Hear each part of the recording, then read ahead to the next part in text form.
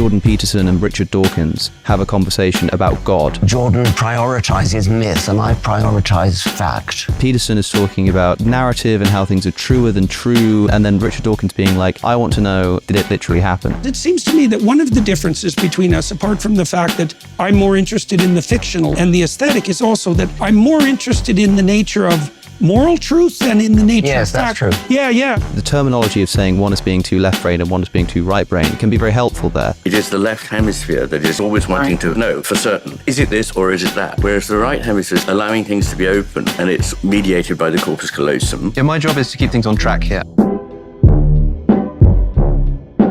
So is there a worse predator than serpentine, flying, fire-breathing reptile? We have lions, we have tigers, we have saber-tooths. I'm not interested in dragons, I'm interested in reality. Why not abstract?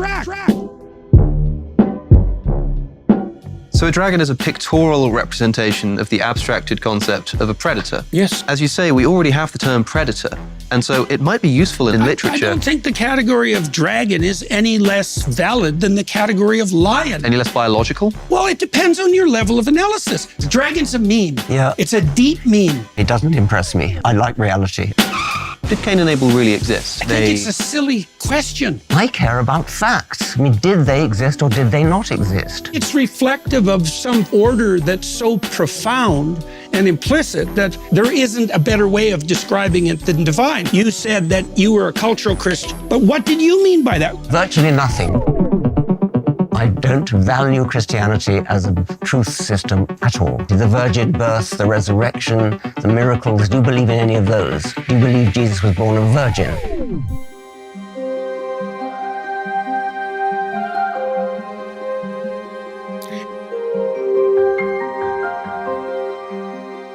Like, I know from a metaphorical perspective. Is it true, though? Do you mean that you don't know? Well, truth, as we know, is a tricky business. Did a man have intercourse with Mary and produce Jesus? It's not a value question. You must understand what you're being asked here. Would your answer just be, I don't know? Yes. Christianity may have had some kind of historical facilitating effect that led to the scientific revolution. It doesn't bear upon the truth of the Christian religion.